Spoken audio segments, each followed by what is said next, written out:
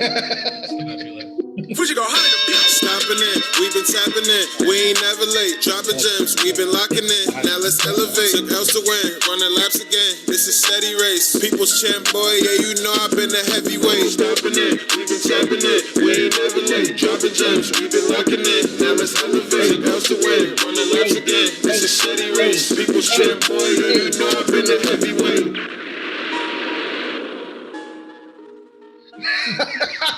This meeting is being recorded. No, I know I got small hands, but there's no way that my hands are so small that they don't fit around this webcam. That's all I got. What's going on, everybody? What's happening? What's going on, man? Welcome back to episode 46 of the Heavyweight Bros podcast. Today is Saturday, May 7th. I am your host, per usual, the 5XL assassin, the diabolical diabetic, your boy, Big Nasty. And to my right is my man, the high yellow head man. Oh, freaking Deacon, Coach Buck, Uncle Raisin. What's going on, man? How you doing? I'm doing good, man. You really didn't like the fact that I didn't say my little dumpling. No, I was just waiting for it. I didn't know if it was going to come in like the ludicrous intro or nothing like that. You were waiting for it. You were like, oh, wow, he didn't say it. Like, you missed it. Yeah, both you and your boy graduated this week. Look at that. Graduated? Your boy Luda graduated. He did graduate. You knew that. Straight out of Benjamin Bannegan High School. Then went to Georgia State University. My boy, Luda Chris Bridges. That's what's up. Higher learning is dope. Especially when it's free. No. But yeah, no, I'm good, man. You got to make a deposit. What you talking about? Yeah, yeah. Either way. But you said, I know. Like, how are you? Like, what's going on? How you doing? It's good, man. I'm counting down these days. You got like 29, 28. There's officially 30 days left. Okay. Yeah, summer starts. It frees up a little more time for me to be with the boys. You know what I mean? Hang out with wifey. So just super excited about that, but Did you see the district calendar already came out for when we're coming back and stuff? No, I did not. The 29th is the first day of school, and I think 15th. August? Yep. And then 15th is like the PDs and stuff. Okay, that's decent. Yeah, not too bad. Yeah, that's decent. Hey, for y'all who haven't known or just turned in, we both work in the school system. So even when we're not entertaining y'all, we are entertaining the young minds and hoping that they grow into better people than what we appear to be. Appear to be? Yeah. Not talking about us in general. I'm talking about like in a world view. Okay. All right. Because you're a great guy. How are you doing today? I always try to come up. That was a pause. I always try to come up with like a word to like describe like the weird feeling. I would say like restless. Wow. Like today. Like today, I feel like you've used restless before. I have, but it was like today was an ugly day.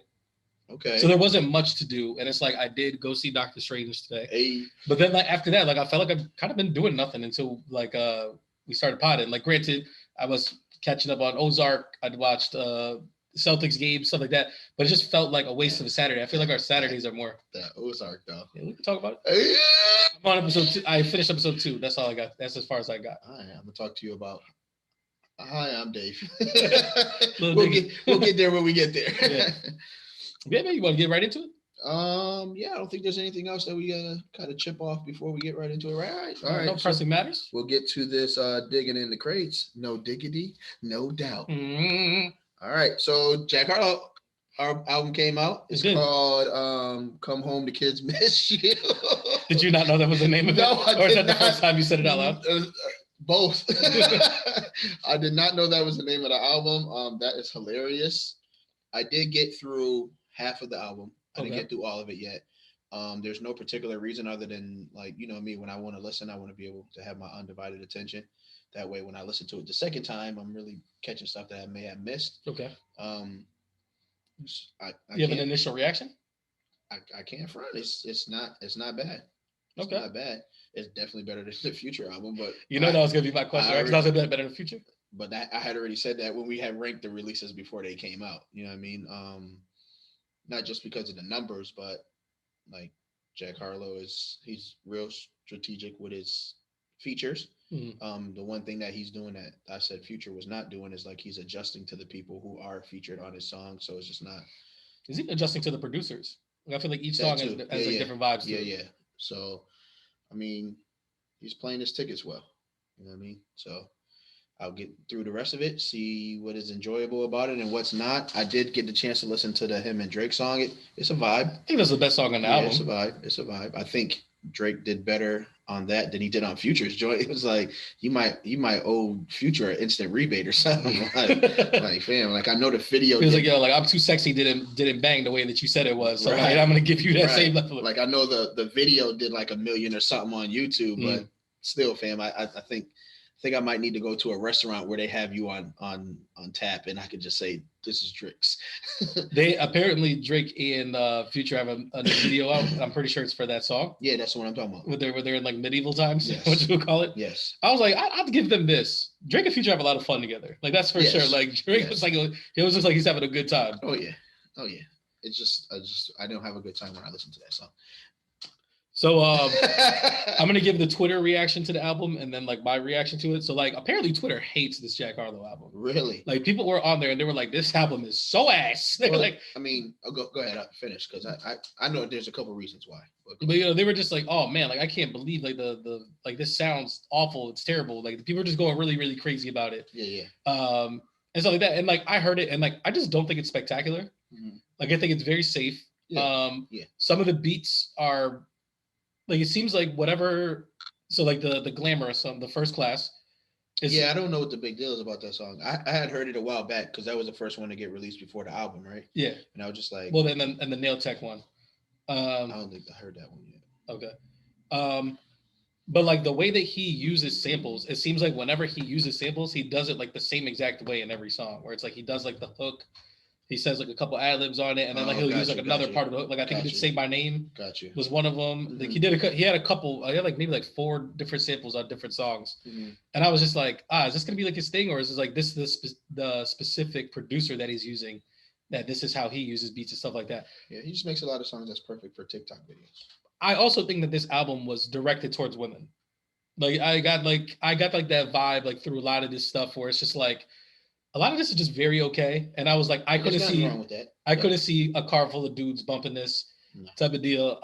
Like he doesn't get too crafty with his wordplay on here for me to be like, woo, because it's like when he came out, I'm like, what's popping? Like like he's spitting and like he's doing stuff like that, and like that's where he really got his credit. But then I think obviously the rise of the female attention that he's been getting has caused him to shift in that direction. And I was just like, I can see who this appeals for, but I was like, it just doesn't appeal for me. Gotcha. I do think it is better than Future's album, but I do kind of think like as a first album, it's kind of lackluster. This is his first album? This is his first album. Wow. I really do not be listening to Jack Harlow like that. So like to me, it's just actually now that I think about it, because What's Poppin's not on this album, so that must have been on his first album that I apparently did not listen to. I take it back. I did listen to that album because he has a song on there with Bryson Tiller and Static Major that like I really, really banged with. But it's like it seems to me like he found the niche that he was going for and he went for that. And it's just like, meh. That's how I feel with it. And it's like with Kendrick dropping next week, I'm pretty sure like this album is gonna come and go with the wind. Like you know what I mean? Of course. All album drops are gonna come and go with the wind. Except for one guy, you know what I mean? Who? I don't know if you still had something to say about the Jack Harlow album, but I'll talk about that. Oh yeah, no, I know you said people was killing it on Twitter. I just feel like we know the age-old theory of just like people thinking that white rappers are taking over the hip-hop game. Yeah, they've been calling him the industry plant from Jump Street. Definitely. You know what I mean? So I think that has a lot to do with it. And never do you want, it's like if you turn on basketball one day and it was like 90% white basketball players, you'd be like, yo, I don't want to watch this. You know what I mean? I watch Luka Doncic all day long. Larry Legend, I watch him all day long. I feel like if the league was still full of Larry Legends and Lukas, you would still be like, there's something missing. It's like, this is a really good entree, but it's not seasoned well. Where's my LeBron? Can you pass me that LeBron? You know what I mean? So it's just like, for me, I think that's what it is. I don't have a problem with saying that white rappers' music is okay, but they definitely should not be making better music than the people who pioneered.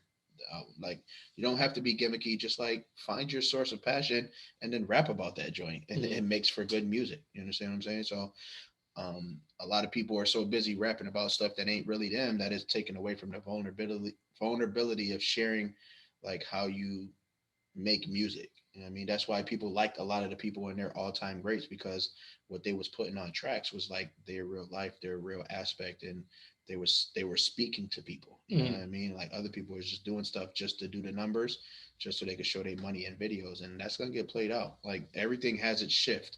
Like when everybody was mad about the mumble rapping and all that, people not trying hard on tracks, and it became the wave. Yeah. Now that era could be coming to an end when people really want to hear you say something. They tired of just paying money to go to a concert to hear you run around stage saying stuff that they don't know make sense. I think I've said this before, and I think this album kind of like nails the point on it. Is like I'm very much of like rappers usually do two things. They either skate on the beat or they ride the beat. Okay. And I feel like on this album, he was riding the beat more than anything. Like he's kind of just going with the flow, letting the production do its work and stuff like that. That's a Jada bar, by the way. Okay. But like think about like Benny the Butcher stuff. Like Benny the Butcher doesn't ride the beat. He skates on the beat. Like every time you're just like, God, man, like he does the he switches tempos, he does like all that stuff, and it's like it all stays in the pocket. J. Cole does the same thing, and it felt like Jack Harlow. And a little bit on Pusha T's album too. So I feel like Pusha T, that's one of the reasons why it didn't resonate too heavy with me too, is that he was just riding the beat on a lot of the stuff. And it's like, yeah, I'm gonna give you these coke bars because that's what everybody's here for and stuff like that. But it's like for the most part, he played it really safe, like as well. And I feel like that's been the vibe on 2022 so far. And I think that's one of the reasons why I like the Cordae album so much. And it's like talk about it. But it's just like, you know, for someone who like I really didn't care about, I felt like this album was pretty daring, the Cordae album. And it was like a lot of him trying different stuff out, and a lot of it hit for me. And like I thought it was really well done. It felt like art. And I felt like that's what these other ones like haven't really been feeling like. If that makes sense. I don't know if we spent enough time or if you had more thoughts on the Jack Harlow album. I feel like we just said the same thing. I appreciate that. Yeah, okay. I do have something that's not on the docket. It shouldn't take long though. Okay. There's a new docu-series coming out. Okay. Wu-Tang versus Martin Shkreli. Yeah, I saw that. I'm very excited for this. Really? Yes. Because is it because Ghostface Killah said he wanted to punch him in the face? It's for several different reasons. Because when it first happened, I was just like, why is this happening? Yeah, that was kind of crazy. And where is this going? And it's like, it was just so many questions that were left unanswered for me. And it might have been somewhere, but I just didn't take the time to do the research on it. So I really want to know from the mouth of the people who were involved, like, how did this come about? What happened? Like, this man's, I think he's still in jail right now, right? Yeah. I forget what he went to jail for. Was it like embezzlement? He was a big pharma guy. So like he got wrapped up in something. Got you. Along there where I think he was the guy who was he was trying to like overcharge people like crazy for like diabetic supplies or something like that. Some state of the art medication. Yeah. Yeah. It was like he only paid like $20. He wanted people to pay like $400 or something. Yeah, it was real crazy. Yeah, it was crazy. Yeah, that brother's crazy. He's like, I'm about to reinvent the crack era. Big pharma, man. That's what they do. They've been doing that, man. Terrible. Yeah. But what we shifting to next? Did you have some? You seem like you had some. Well, no, like I know that you had the ASAP thing on there, but like breaking more hearts. ASAP breaking more hearts. But it's like, you know, we brought up Kendrick like very briefly, but it's just like, you know, I don't want to say that I feel bad for Jack Harlow because I don't feel bad for him. But it's just kind of crazy that like, you know, he says he's gonna drop this album, all of a sudden it's like bam, Future, bam, Pusha T, bam, Kendrick. Not only that, Bad Bunny's album came out. And Bad Bunny's album broke Drake's record for most streaming in one day. He had 183 million streams. Sheesh. I don't listen to reggaeton like that. I know I did like my reggaeton piece like a little while ago talking about like how they kind of fit into like the rap world and stuff like that. I feel like there's been like mad festivals or something happened recently involved. Well, he's been on concerts. So like so that's what it's been? Because I feel like every other like message or tweet or he was on a world tour. Okay, for his last album. Okay. And then he's getting ready to like, so he just dropped this album. Then he's going to go on this tour, drop this album, and then he's going to start the next tour. And like, he's apparently been killing it. Like I said, I don't personally seek out his music, but like, I actually really enjoy his music. Like when it's on and stuff like that, like, I don't know what he's saying, but I was like, the vibe of this, like his flow, like, I think he's super dope. And then it's I like, wouldn't know a Bad Bunny song. And it's not because his music's not good. It's just like, I don't know a Bad Bunny song. And I probably have heard a song and it's Bad Bunny, but I just didn't know it was Bad Bunny. It's true. Yeah. And like, you know, he broke on a couple songs, like he did the one with Cardi B, the big one, that I like it like that. I like it like that. Like he's on that one. I know. Cardi B's I Like It, bro. That was like the biggest song. Like I like those Balenciagos, the ones that look like socks. I know what song you're talking about. I just want you to sing Cardi B because I knew it was gonna make you upset. I love Cardi B. I have no problem singing Cardi B. What you talking about? It was Nicki. My bad. Yeah, Nicki. that's the one. I made you say the Nicki bar. No. Does he have any songs with Nicki? Him? Yeah. Not that I would know of. I don't like that. But like, yeah, like I think like not only is like, you know, like reggaeton is like what this number 2 most popular music in the world right now behind hip hop. It's like I think he's actually just a very good artist, and it's like he seems to be extremely charismatic and like he cares about the music that he puts out. Like he's not skating on beats, right. Or he's not riding beats. He's actually skating on it. He puts a lot of effort into it. He brings a lot of people like along with him. I've seen a lot of videos from his tour, and I'm like, he looks like he cares about his craft when he's on the tour, stuff like that. So like to me, I wish him all the success in the world. Like, you know what I mean? Never gonna hate somebody doing their thing. I think it's another thing where it's gonna be real curious to like. I'm sure Kendrick's gonna do like big numbers, but it's like, are you bigger than Bad Bunny though? 183 mil. That's what I'm saying. It's like that's like a cultural civilization backing you right there. I don't know about you, but like my stories, my IG stories have been filled with these Bad Bunny lyrics and stuff like that. And it's like I've asked because like I knew we were gonna talk about it. I was like, yo, I know the new album came out. Like, how was it? Like I know Daddy Yankees came out, and they were like, yo, Daddy Yankees, like it was okay, but there was a couple songs that were really fire. Like I've heard like nothing but like resounding like success for this Bad Bunny. They're like, yo, fire. So I was like, yeah, like I hope it keeps doing numbers, and I'm very curious to see this Bad Bunny versus Kendrick, how that goes. Okay. All right, so ASAP, you like me, broke a lot of your hearts when he bagged Rihanna. Then he put you in a casket when he impregnated Rihanna. And now he is putting the nail in the coffin and throwing dirt on all of y'all. Drake, I thought you locked him up. I thought you locked this man up. Like, I need you to finish the job. Yeah, came home, shot a music video, and proposed in the video. Did you hear about this? He got the girls that said "marry me." I haven't watched the video yet. I just heard about the girls that said "marry me" on him. Yeah. And I'm assuming she said yes. She said I do. Of course. You know what I mean? So it's like, as much as people tried to break this joint up, like send him to jail, the random girl that he did not cheat with, like he's winking at some other older woman. Some girl makes really good clothes that he wants to wear, and they're obsessed with each. Whatever y'all say about this man, he's making a family with Rihanna. And until they both have rings on their finger and they both say "I do" in front of an ordained minister, it's not 100% yet. There's still a chance, guys. Drake, you got time, my boy. We're rooting for you. Do what you need to do. Whatever the red alert button is, press that joint. Press that joint. You can do this. ASAP's not going back to Canada for a while. I'm all set. This brother. I'm like, oh, wedding man, eh? Please change the subject. What's the next topic that we got? That's it for music. Okay. Yeah, so we can get into this Insomnia hour. All right. Wake me up inside. Wake me up. Wake me up inside. Save me. Save me from the nothingness inside. That man be going after it. Yeah, I was editing a video. You see the spit that came out when I did one of those? No. I drooled a little bit. I was editing a video. And somebody was like, "Is that you singing?" I was like, "No, that's my homie." They was like, "He's getting after it." I was like, "Yes, he is. I will make sure to let him know." And then I made him like and subscribe. Damn. Like, check out your phone. Nah, I was like, I hate but love how much you be Debo and people into following like subscribe, because like I don't even do what you call it. Like I'm the guilt trip god. So like, you know, like I'll say something, I'm like, oh, you would know if you listen to the podcast. But I mean, but you don't support, but it's okay. And then like they said, sometimes they go with it, sometimes they go, man, fuck you. Yeah, I be doing that sometimes. Somebody will bring something up like, yeah, you ever heard about the so-and-so? Yeah, I talked about it on the pod. And they just go quiet. Yeah. You just sit in that silence. Right. But yeah, so we'll get right to it. Winning Time. I thought we talked about Winning Time. What's the last episode that came out? Wasn't that the playoff episode with the Spencer Haywood? Pretty sure that was the last episode that we talked. Oh, when they beat Larry? Or no, Larry? No. When they're going to the finals for the next episode. Like okay, yeah. Okay, all right. So we're all set with Winning Time. Moonknight finale. Okay, let's talk about it. Okay. You want to go first? I do not know. Okay, so I'll say this. My son saved me. Because I didn't know. Remember you asked me what is the real reality? Yeah. And I was just like, I don't know. And I was just like, once everything happened and like Conchu let him go, he ended up back in a sane asylum. And I was just like, maybe he's imagining all this stuff. Like, what is really going on? And then my Trail was like, hey, did you watch the Easter egg after the end of the last episode? I was like, excuse me?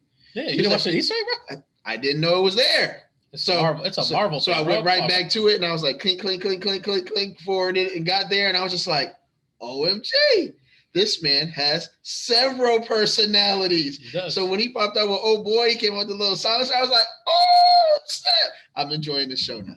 Okay. It took a while to get me there. You needed the Easter egg to enjoy the show? No. I thought it was a better ending because of the Easter egg. Okay. So like if I had just left it where I left it, I would have been upset again. Like, come on, cliffhanger like this to wait for the next, because I don't even know if there's supposed to be a next season, right? Isn't it getting canceled or something? There's talk about a season 2. But it's like I really don't know. Yeah, because what I seen and you know, these random posts, you don't know how true they are, but it was just like, what's the main character's real name? Mark Spector or Oscar Isaac? Oscar Isaac. It was like he becomes a Marvel hero and ends his tour as a Marvel hero all at the same time or something like that. So I don't know. I'm hoping there's a season 2 because it seemed pretty dope. The possibility of him having like 12 personalities seems crazy. So it's like, it's pretty exciting. But for Contra to be in the back of that limo with the suited and booted, it was just like, oh, you thought I needed Steve and Mark? Let me introduce you to my other homie. I mean, I had the little 1950s I run numbers hat on. The taxi cab. So it's gonna be a bloke. Yeah, right. I was like, oh my goodness, this is where we at with it. I did feel like the whole like conquering the bad person in the finale was a little easier than expected. Mm-hmm. Like I feel like it was like a good fight scene and they were getting to it, and then it was like, all right, wrap it up. Like it wasn't like no real like, oh, is it not gonna happen all the way, or is there like one more last fight in the fight, or did something go wrong or something like that? It was just like, no, it was kind of like a Ghostbusters moment, like pull out the gun, suck you up, and then it's all over, put you in the building. So, Ghostbusters moment. Yeah. I thought that the finale was awful. I ended the episode and I was just like, what a waste of this series. Yeah. Like, and I know why it's different for you, because you're like you're a comic book guy. You know how this stuff is supposed to go. But it's not even that. So like, okay, I talked to my man Pythagoras had kind of like, we were talking about something else and he was kind of like, yeah, just like with the Moonknight finale. And I was like, whoa, haven't watched it yet. And he was like, do me a favor, when you watch it, like, let me know so we can kind of go back and forth about it or whatever. I was like, all right. So we watched it, and I was like, bro, I don't know what you about to tell me, but I was like, I feel like this joint was hot dookie.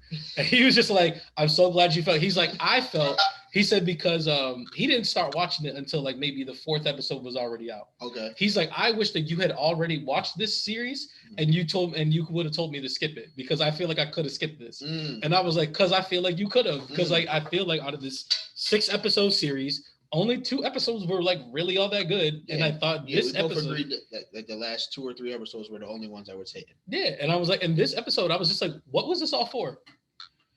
Like, yeah, what, like, so we could get into like as spoilery as we want to, but it's like, you know, Mark comes back from the dead. Yep.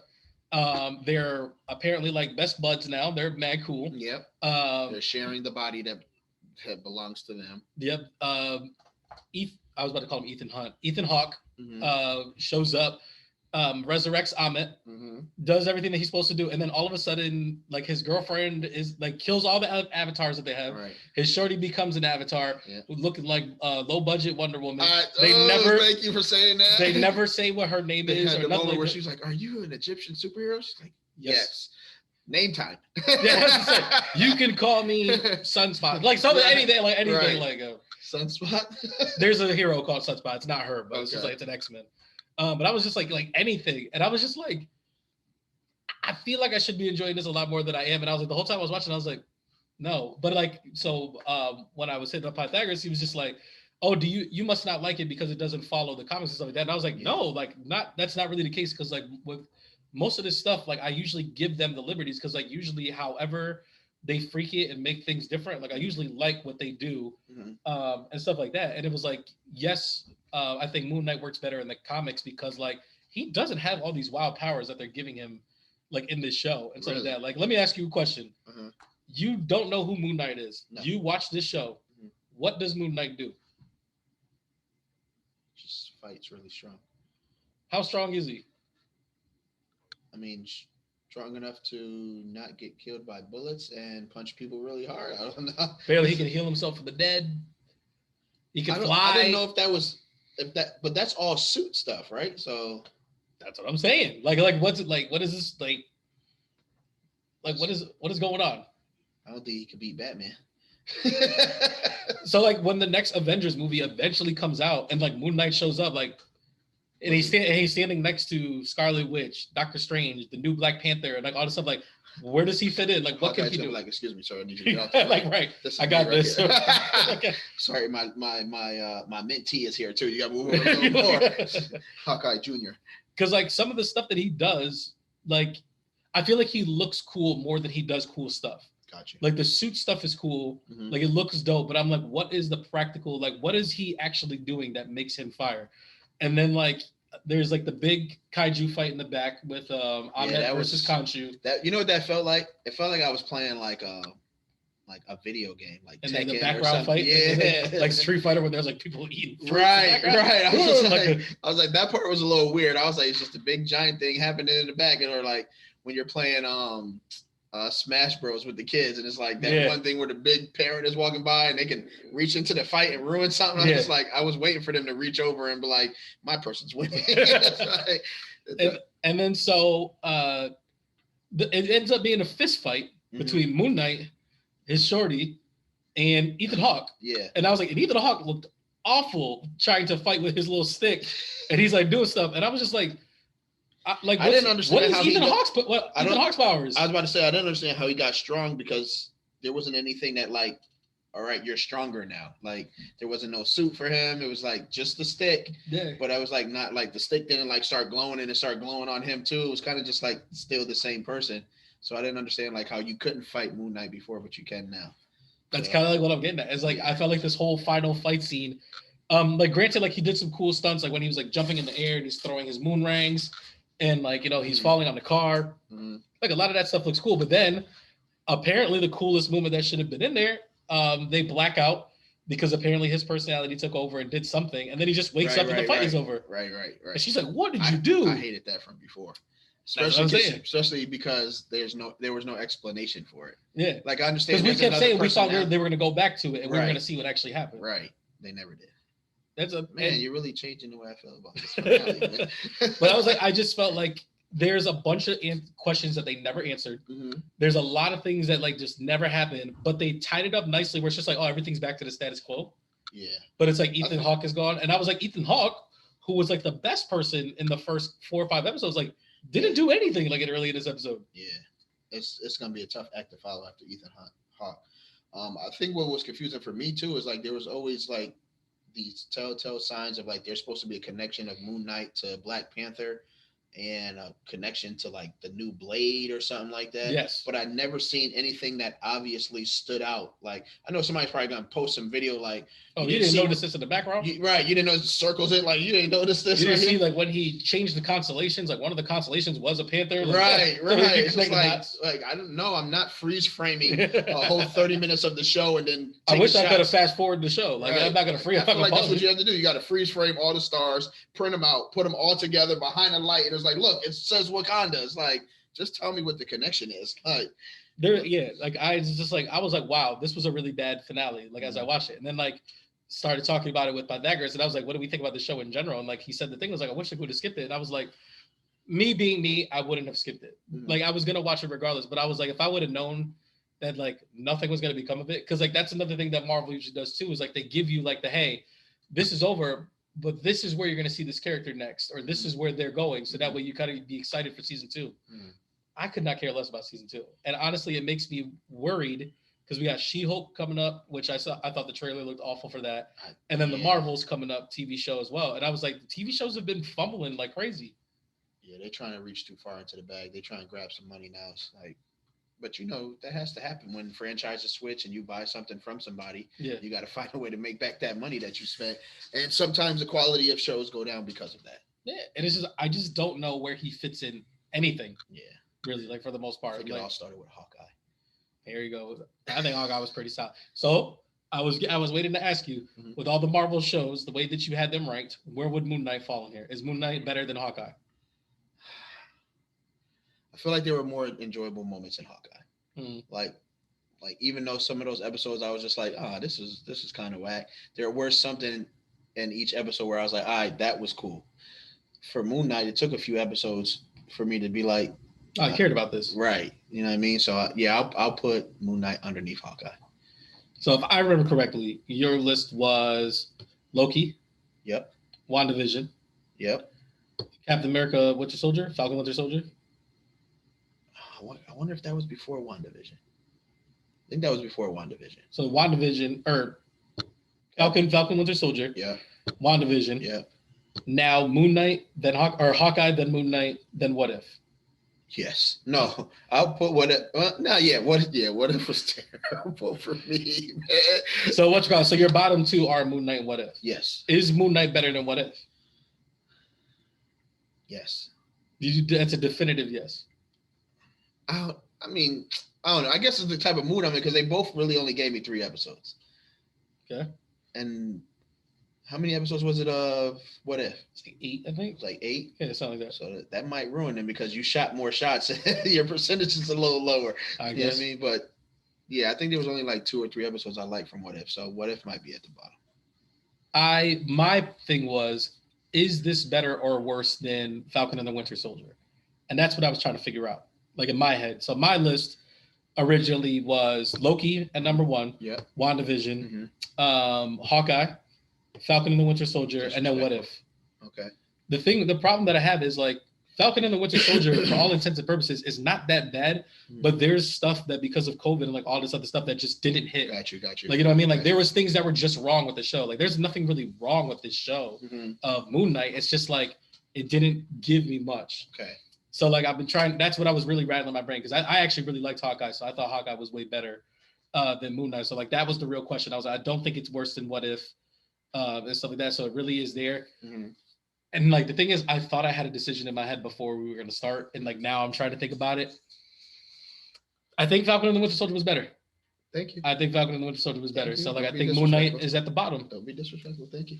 Like I'm trying to think of like when Falcon and the Winter Soldier hit, it really hit. Yeah. Granted, like there was a lot of misses and there was a lot of like that wasn't all that dope. But like at the end of the day, I really enjoyed Bucky and Sam just together in general.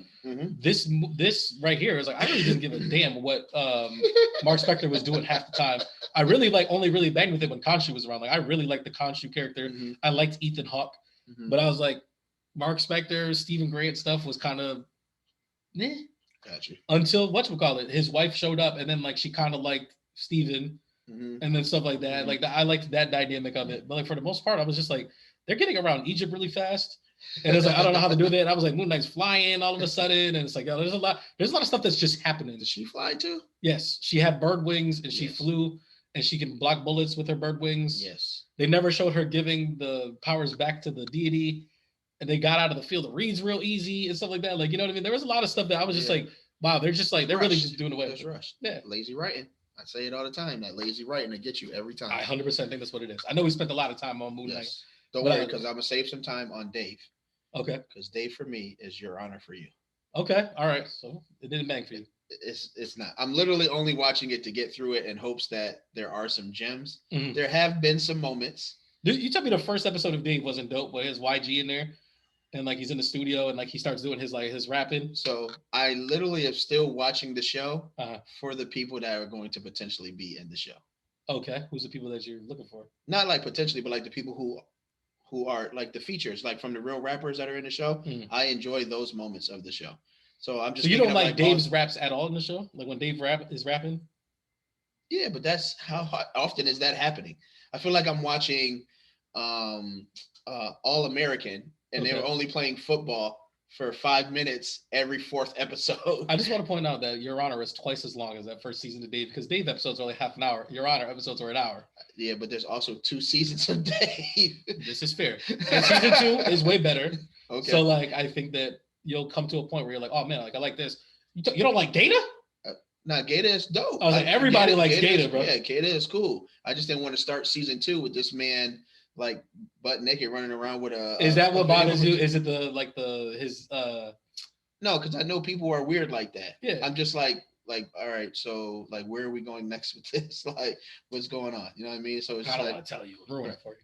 oh no, I kind of figured like because I got through that episode. Yeah. I mean, I like the moment where like if Gator and his homie doesn't show up, that whole episode is whack to me.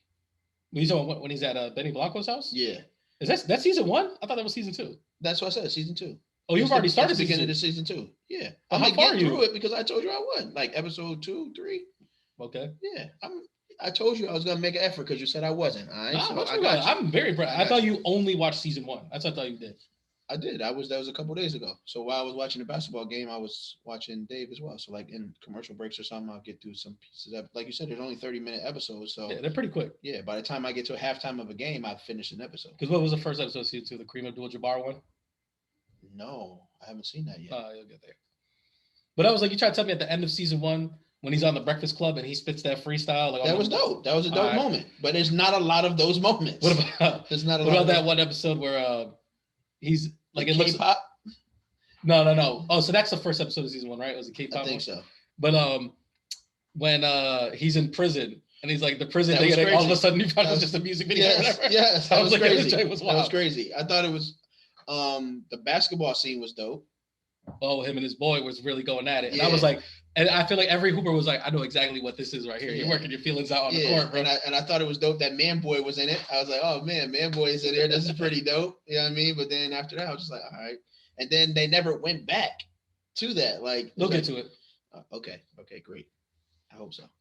But yeah, I mean, like I said, it has its moments, but I'm grinding through it. Okay. I'm grinding through it. Do you think you're grinding through it because like I made you watch it? Is that why you crossed that out on there? Because you're just like, Joel can never say that I didn't watch Dave. Yes. Imagine like that's one of the shows that you picked out of all the stuff that I recommended, but it's like it's cool. Well, I like Dave. I was gonna go from that to Barry.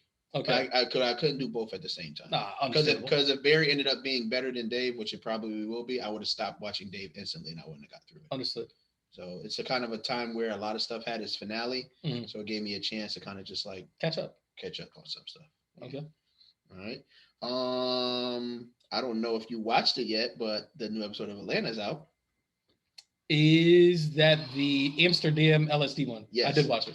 That was a crazy episode. It was a wild episode. It was a wild episode. He's still getting super deep with the episodes. That was pretty deep, man. He's still getting super deep with the episodes. The whole like seeing the homeless guy or the tourist and then ended up being the tourist. That felt like a Get Out moment right yeah, it was there. Wild. It was wild. But I was like, at first I was just like, I think this is going to be him is being high the entire episode and not knowing it. And then, I thought that was going to be a lot of it too. Yeah, but once it started developing, I started to see like, cause I'm always looking for the message. You know what I mean? So I understood like the girl that he was hanging with was named after his mom, and just like who are the people that are hanging around you, and like it was kind of like his moment of clarity where he was taking inventory on his life. I don't think any of that was real.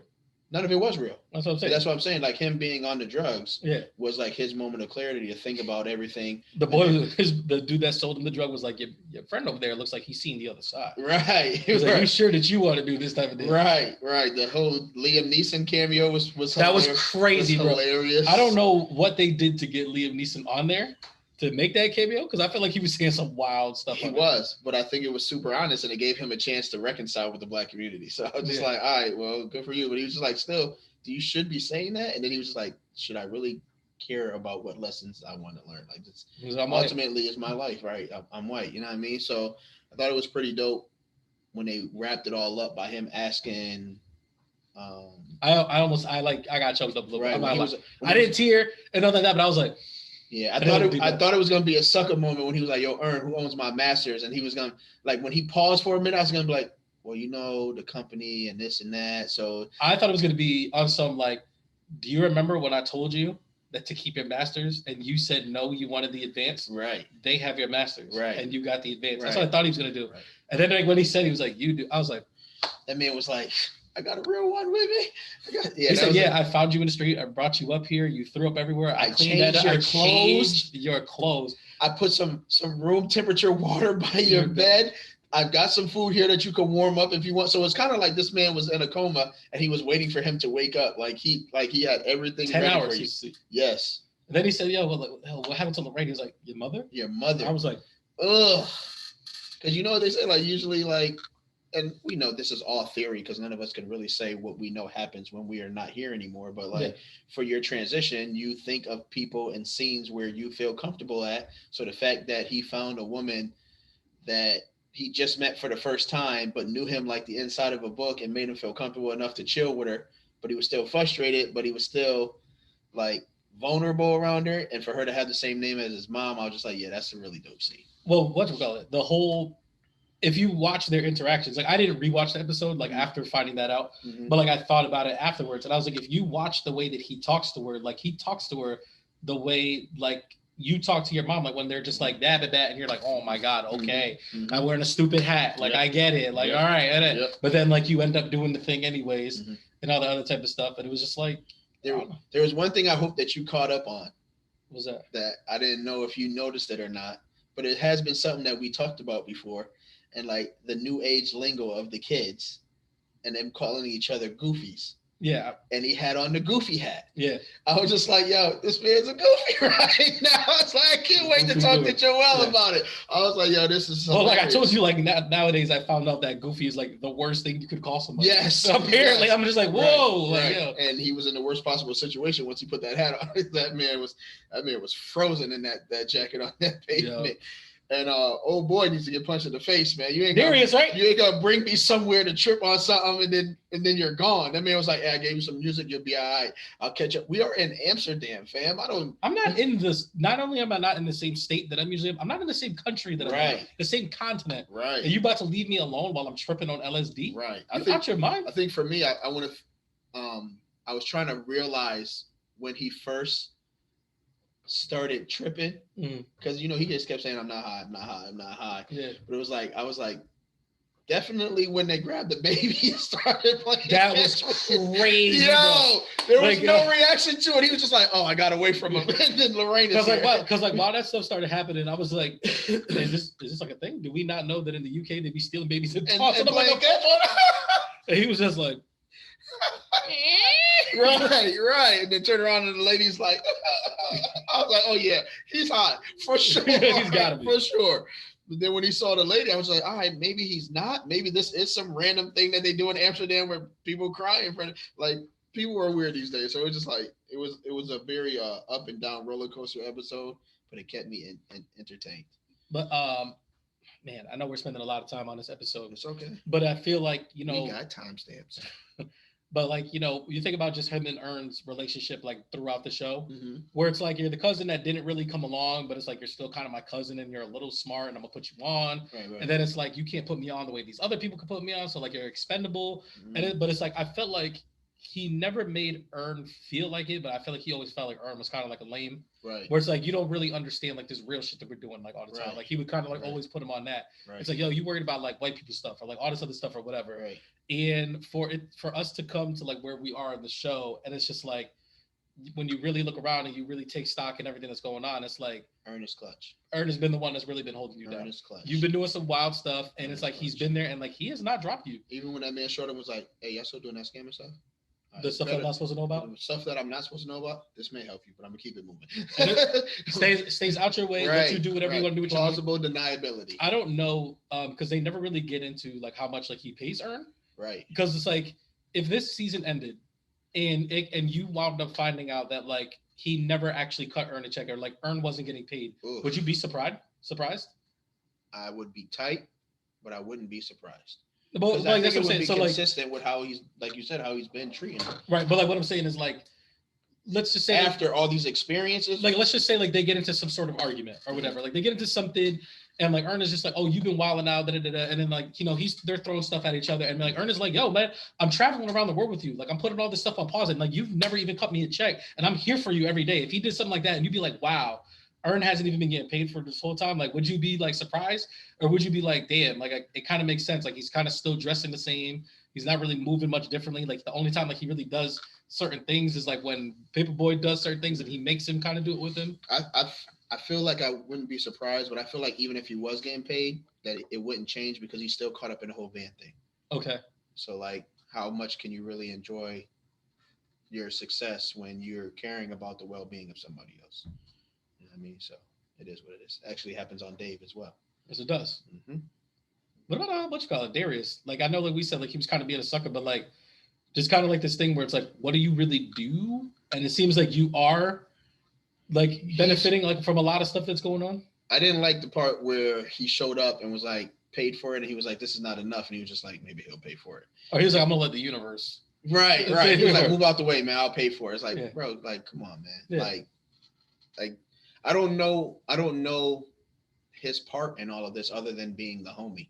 That's kind of what I'm getting at. You know what I mean? It's just like, so it's because all right, so like especially if it turns out that he slept with Van, and that's what I was gonna say. I was like, let me paint like another picture for you. So like, let's just say that's how the argument starts. Ern finds out Darius smashed Van. They get into this big argument, and then like Paperboy has to choose like who stays and who goes, and like they really start taking stock. And like there's like, what do you do? Like, what do you do? And then it's like you cross the boundaries and stuff like that. Sheesh. That's be a dope. Put this boy on the writing staff, man. That sounds crazy. I've been trying to get put on like some. I don't know what I need to write. If I'm Paperboy, I get rid of both of them. I'm telling you, like my dream job has always been, or I shouldn't say always been. I would say it's the last like 5 years. Mm-hmm. I don't know what this job is called. I don't know how I go about getting it or how much that it pays. But if I could sit on the board of either superhero movies or like whatever, and it's like while they're talking about what they're gonna put in them, and like they're gonna do certain things, if I could just be like, that doesn't sound like a good idea. You shouldn't do that. I just want to be that guy. Like, hey, we're going to do Batman versus Superman. We're going to have Batman like killing a whole bunch of people. I'm like, I don't think you should do that. That doesn't sound like a very Batman thing. And just leave and just kind of and do like that. Or like, that sounds like a bad idea. You're going to be like the Buffer brothers. Just come in and say 6 words and they get paid 6 figures. Like, honestly, if they paid me the same amount of money that we make at the school, like I would do that job. And like, I just feel like I'm here to help you guys make better stuff. And it's like, I know I'm not a writer and like, I can't formulate, like, and tell you like what this thing's gonna look like, but I'll be like, that does not sound good. That's not it. Oh, what? So tell me more about this Morbius idea. It's like, scrap it. I'm like, scrap it. Scrap it. But like, do we need that? Because it doesn't sound like a good idea. Don't worry, I'm gonna tag a bunch of people in this. We're gonna get you there. And I'm gonna be your Darius. Yeah, listen, man. If we're gonna make it off of this below 6 figures, we can do that. Hey, listen, I'm gonna show 5 figures. I'm gonna show up and be like, new car. The universe will take care of it. I'm like, oh man, like that's crazy. Looks like we walking. All right, so I think that's all we have for Insomnia TV. Okay. Oh no, Ozark. We'll get to it right quick. We won't go through all of it. I only watched the first. Just tell me about the first episode. The first episode was fire. And like I want to say like the way that you said the Killer Mike interaction went was better than the actual interaction, but it was still a super dope interaction. Yes. Like I feel like you painted the picture differently than how it actually went down. Oh, that's dope. But it was like, and the picture that you painted was a little dope. And I was like, oh, was it kind of like how Reason said it? But I really liked the way it went down. But like I really begged with the Illmatic soundtrack throughout the episode and like all the stuff that happened and like stuff like that. Like it was just a super, super well put together, really dope episode. Consistent throughout the episodes. Yeah, because they do in the second episode, like she's not in it very much, but like the couple times that they are with her, like I think she's listening to was it Ghetto Boys? Ghetto Boys. I think AZ made a feature on there. Yep, she was listening to Illmatic again when they got into her car. But like there was another song that I was just like, oh no, It Could All Be So Simple, the Wu-Tang. Yes. And I was just like, and I remember like as it was going on, and then it was like, boom. And it just makes so much sense. Just makes so much sense. Enjoy yourself. That's all I'm saying. Enjoy yourself. Enjoy yourself. I was mad when I started the episode because I was like, I could really bang out 3 of these episodes right now, but it was really, really late at night, and I was like, I really want to get some sleep. And then like today, I was like, I watched one episode, and then I was like, damn, I gotta watch Doctor Strange. And I was like, and then I came here, so I was like, I never really got to sit down and kill more of them. But I feel like, let me not make any promises to say by the time we do our next episode, I'll be done. But like, it's possible. Like if it was up to me, I would. I'll be done with Dave. Just so you know. Okay. Bye, I'm Dave. All right, so I mean, you already segued into it. You might as well get into that popcorn Papi with that Doctor Strange review. Do we want to do it now, or do we want to save it as the last segment because you haven't seen it, bro? And I am going to see it tomorrow. Oh, you are going to see it tomorrow? Yes. So do you want me to give like my spark? I don't want to do that because like I don't want it to affect how you. That's what I'll do. I'll ask one question. You answer the question, and we'll leave it at that. Okay. All right. Okay. Are you gonna do the pot? No. Don't stop! Pot that! All right. Based on what happened and what if, is there a lot of correlation in this movie? Only the aspect. I don't think you need to watch What If to understand. No, I'm not what's going on saying here. you need to watch it. I'm just saying, are there a lot of similarities in the Doctor Strange What If episode and the Doctor Strange movie? That's a tough. You worded that question really tough, and it's like, I guess I can say yes. I would say that's not even a good example either because it's like the best version of it. Because I was hoping you would say no because it makes me not want to watch. Because I was gonna say the best version of that would either be Everything Everywhere All at Once or Spider-Man Into the Spider-Verse are like the best versions of multiverse stuff. And it's like, What If kind of isn't that. I think it's better than What If, like with the way it handles it. But what I'm saying is like, I don't think it's any surprise, but it's like they do go to different universes. Yeah. And they do see different versions of Doctor Strange and stuff like that. There's a bunch of different stuff that happen in it. So yeah. All right. Okay. All right. We'll get off of it. Do you want me to say where it is on the nasty scale? Like, or am I doing too much? Nah, you're doing too much. All right. You're doing too much. Because I don't want to change either the way that you view this movie or like, nah, you know what I mean? Yeah, don't do it. Did you already buy your tickets for tomorrow? No, why I should? Huh? I should. It's selling out like that. It was packed theater. I bought the whole back row. Yeah, but the theater was packed. Yeah, I'll buy them tonight. Right after we're done. Okay. I got you. All right, so let's get right into the Hardwood check-in. It's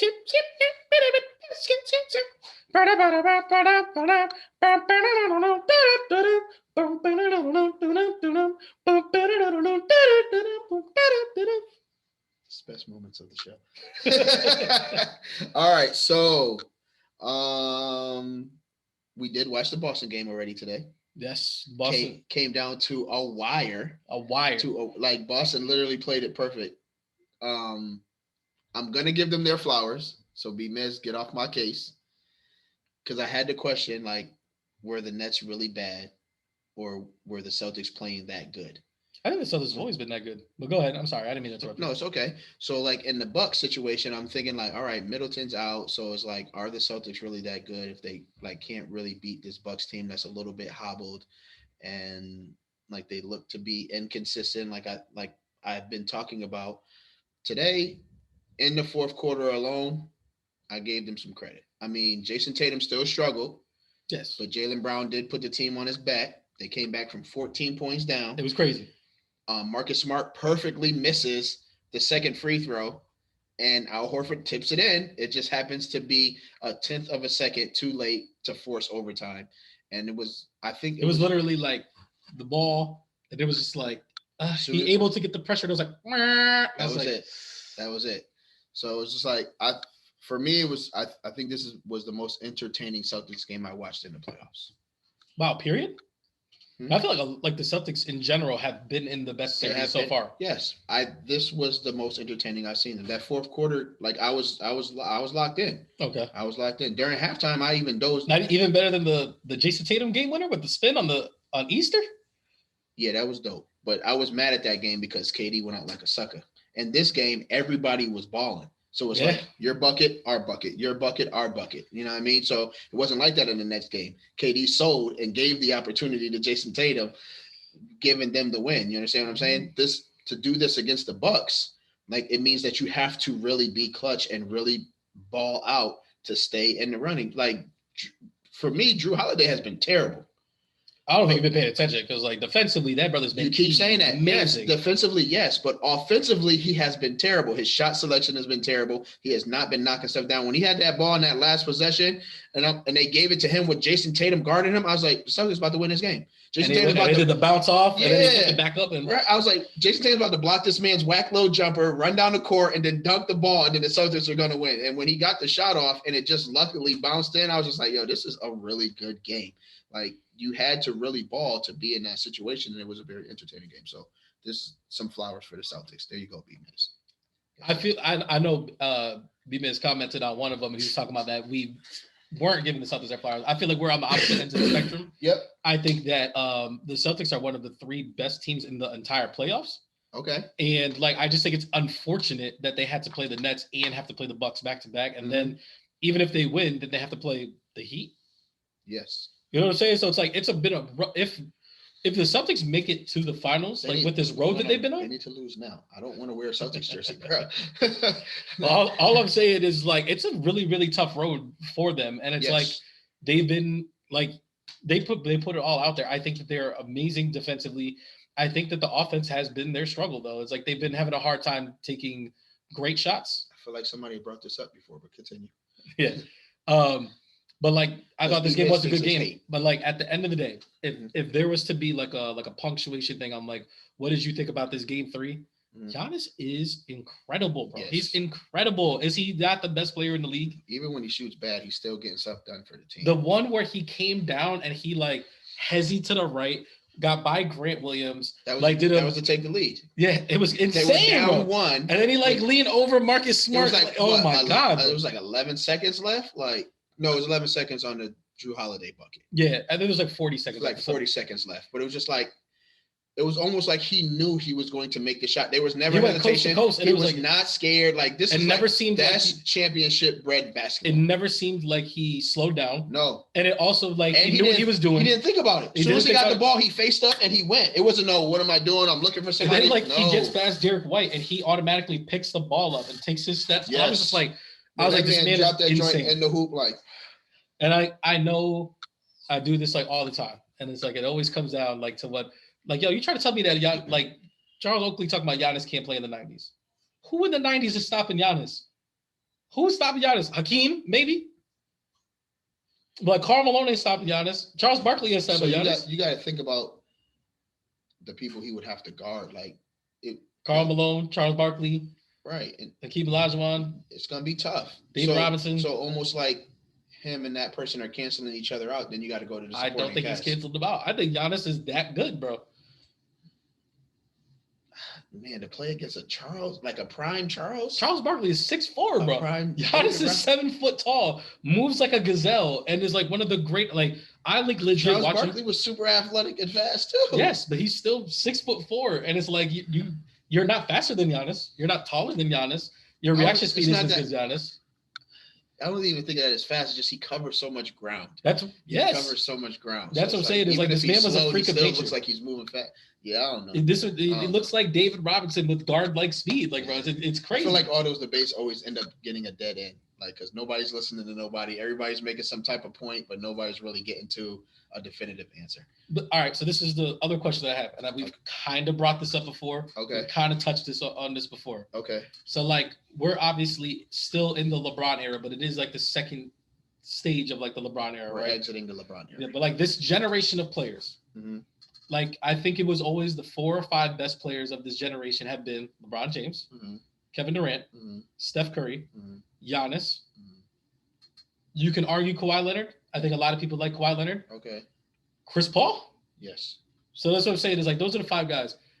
Like name 6. Huh? You name 6. I know, but like I think Chris Paul has been more impactful than Giannis. People really, really like Giannis. I would put Chris Paul over Kawhi.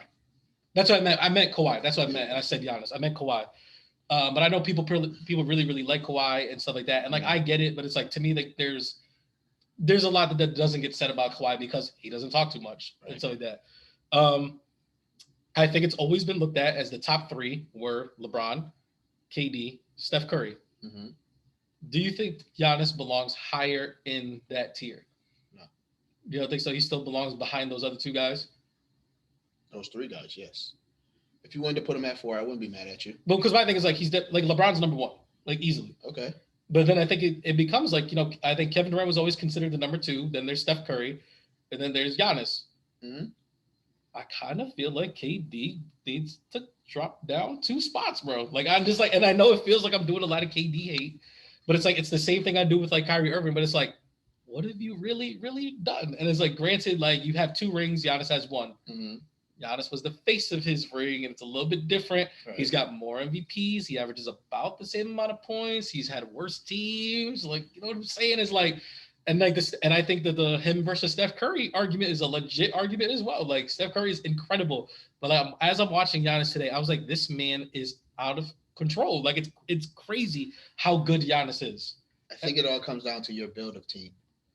I don't think so. Like, because people build teams differently. So you know what I'm saying. So some people value shooters. Some people value a player like Giannis. So the opinion is going to differ. So like, opinion is going to differ. If you're asking me, I'm taking Steph over Giannis. Okay, but I think if you were to do it, like if if you gave grades for like every part of your game, like obviously the weakest point of Giannis's game is his 3-point shooting. and it's gone up quite a bit. It's probably like a C plus now. But like, how many A pluses does Giannis have like on his resume? Like all the things that he does like on the court, like defensively, who's been a better defensive player like the last 15 years than Giannis? Right. And I think the only bad grades that I would give Steph is like defensively, he can't guard fast guards. Okay. And he tends to turn the ball over. Okay. Yeah, those are two pretty. Which people don't pay attention to when he's hitting 10 threes a game. Yeah, I was like, he can average 3, 4, 5 turnovers a game. I think Giannis's court vision and like offensive awareness are severely underrated. Like I watch him and it's like, because they call him like the bagless one. Like he's Giannis got no bag. And it's like you watch the way like he maneuvers in and out of the crowd and then like he'll drop a pass. I don't know how you call somebody bagless when they did it to Dwight Howard, bro. You have triple doubles. They did it to Dwight Howard. Dwight Howard is bagless though. I'm just saying. He was bagless. The one thing that was in his bag you could not stop. Top 5 in scoring, number 1 in rebounding, number 1 in shot blocking, number 1 in field goal percentage. I don't got no bag though. No. I'm just saying, like, you can cake for him if you want to. I'm all set, man. Yeah, all right. It's like no ring. Dwight Howard he got one ring. Say Dwight Howard thing aside and stuff like that. It's just like if the Nets and Celtics series taught us anything, like the bag is overrated, bro. True. Okay. Because like when they were doing the thing before, it was like, oh, Kyrie's a hooper. He's not a ball player, he's a hooper. And I was like, this is one of the worst arguments I've ever seen like on Twitter. Because I gotta tell you what, hoopers, get the hell up out of here. That's the reason why y'all don't make it to the league. What are you talking about right now? We're here to play basketball, play ball. Like, yes, the guy over at Rucker drops 60 at Rucker, and like he's nasty. You put him in an NBA game, he can't drop 8 points. Yeah, it's a difference, it's bro. That connection to the community, man. It's just like that joint matters for the culture. That's why you think Rayford Austin has such a good career, man, because of that. He was a solid NBA player too, though. I know.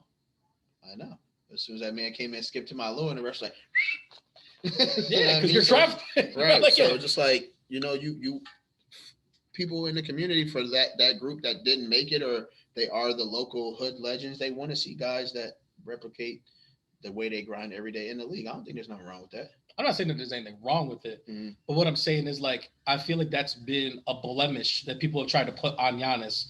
Like this is why he can't be so great. This man is a back-to-back MVP. He has an MVP and a Defensive Player of the Year in the same year. I mean, he couldn't show up. You think he could do that at a Rucker? You think who at the Rucker Park is stopping Giannis from scoring? I just think it's going to be boring just watching him just back people down and then turn around and dunk the ball. They want to see. I don't know. I would like to see it. Giannis. Giannis is literally taking Jason Tatum and guys like that off the dribble. You think if he goes to the Rucker, he can't grab the ball at the top of the key and do like a triple threat and get to the hoop? I want to see it. I think you're bugging. Like that's a dope video. There's like 5-6 plays in this game alone where he was doing that. That's a dope video. Yeah, to the number 1 defensive team in the league, and it's like he dropped 46 on them today. All right, we've been on this for a minute. Sorry. That's okay. This is what we do. I did have a quick segue. I also want to put out there, I am not a Giannis fan like that. Like, he's not one of my favorite players, but I just think it's like I'm watching him. I'm like, I was like, he's literally like incredible. I was like, the stuff that I'm seeing. He's changing the game. What I like most about Giannis is that he's changing the aspect of how people think you have to win games. Okay. So it's just like the whole shooting up 30, 40 threes a game. Oh, hero ball. Yeah. The Kobe method. Exactly. So he's getting back to like, you need this guy on the wing, but this is my job. I'm going to play strong defense. Like, scores may not be 140 to 130, but there's going to be solid basketball. So I respect that about his game. So I'm not a Giannis hater at all. I know we're trying to move on, but you brought up like another thing is like a sign of like, this is the difference between like superstar players, all-star level players and stuff like that. Like the best guy, the creme de la creme, the top of the guys like in the league that we're talking about, they know how to affect the game even when they're not having good games. Yes. And like for the most part, like for this first game, he shot terrible. Yeah, and he still had a triple double. And it was like I think he had 40 last game too, but it wasn't a great shooting. Yeah, 40 today. He wasn't having like a great game, but like this is the first time like he's had a good game. But it's like you can't be like there would be Shaq, for instance. Like there would be games where like, oh, Shaq's in foul trouble. He's not making his free throws. We have to sit him down in the fourth quarter. Or, like we have to do this. And like you have to take him out. It's like with Giannis, it's like you can't take him out because like even if he's not doing that, he's still giving 100% on defense. And he's he's doing all the things that he needs to do. He realizes when he's not shooting well, it's like, I need to get this person the ball. Like you look at Pat Connaughton. Yeah. Like he has like this thing with Pat Connaughton. Like almost every time he skips him the ball, that's just water. Stuff like that. But like, I'm with it. What's the next game? With it. Quick segue. The Portal put out another episode. I don't know if you saw it. I saw you sent it to me. I didn't get to watch it yet, but I saw it was Magic Johnson versus Luka. And I was like, who made this matchup? It's a really good episode. Is it? They had to because everybody's calling Luka Magic now. Are they? Yes, Luka Magic. I don't know how well their games compare to each other, but like, yeah, go ahead. If that's what you want to do. Because he's tall and he can play guard, and I don't see the Showtime aspect in it, but it's whatever. We'll have a quick turnaround.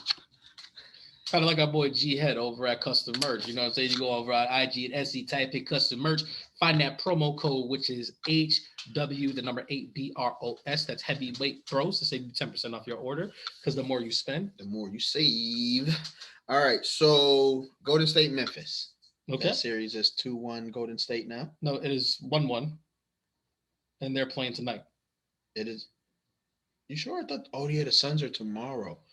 Oh yeah, snap! You were mixing up games, aren't you? I am. Yeah. Dang. Grizzlies and Warriors. And the Grizzlies put it on the last game. Yes. And I told you the first game, like they lost just because he just happened to miss this. Like Ja Morant had the game. Yes. Klay Thompson plays amazing help defense. Yes. They wind up just happening to miss that. He just missed that shot. Then they Gary Payton gets hurt. You put a 40 piece on him? Yeah. Yeah, Gary Payton got hurt. And we've been talking about, they were like, when are we going to get the good Ja Morant game? Right. We got the good Ja Morant game, and we saw what it looked like. Boy, they put 47 on him, right? 47? Yes. You might as well call it a 50 burger. Like, because, that man was doing everything. I call it a Diet 50. Three Diet 50. I love it. Like he showed how he's a 3-level scorer. Mm-hmm. They were giving him space on the 3 ball so he could miss shots. He was knocking down shots early and late.